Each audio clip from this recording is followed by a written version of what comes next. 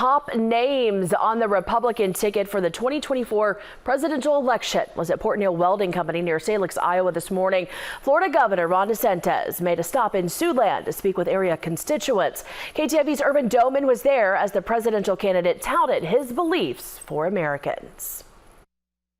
Republican presidential candidate Ron DeSantis was here in Siouxland working hard on the campaign trail to try and sway voters to vote for him in the Republican primary. I guess I do feel that I'm really glad Trump was president, and he did a lot of good things, but I'm starting to think maybe it's time to bring in a different person.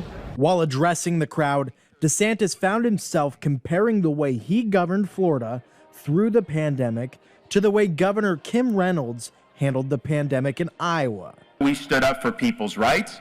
We protected people's jobs and small businesses and guaranteed, like your governor did, that kids had a right to be in school and get an education in person 5 days a week. DeSantis was adamant that to fix the problems he and the Republican Party see in the country, it will take years of hard work.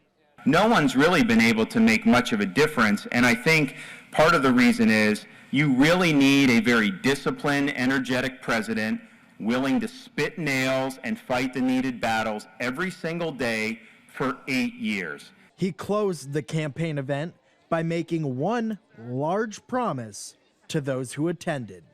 Set the clock to January 20th, 2025 at high noon, because on the west side of the Capitol, I will have this left hand on the Bible, and I will have this right hand up in the air, and I will be getting sworn in as the 47th president of these United States. Near Siouxland, Iowa, Irvin Doman, KTIV News 4.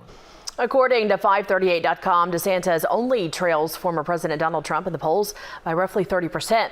After his visit in Siouxland, he did make a few more stops in Iowa to include visits in Cedar Rapids, Pella, and Council Bluffs.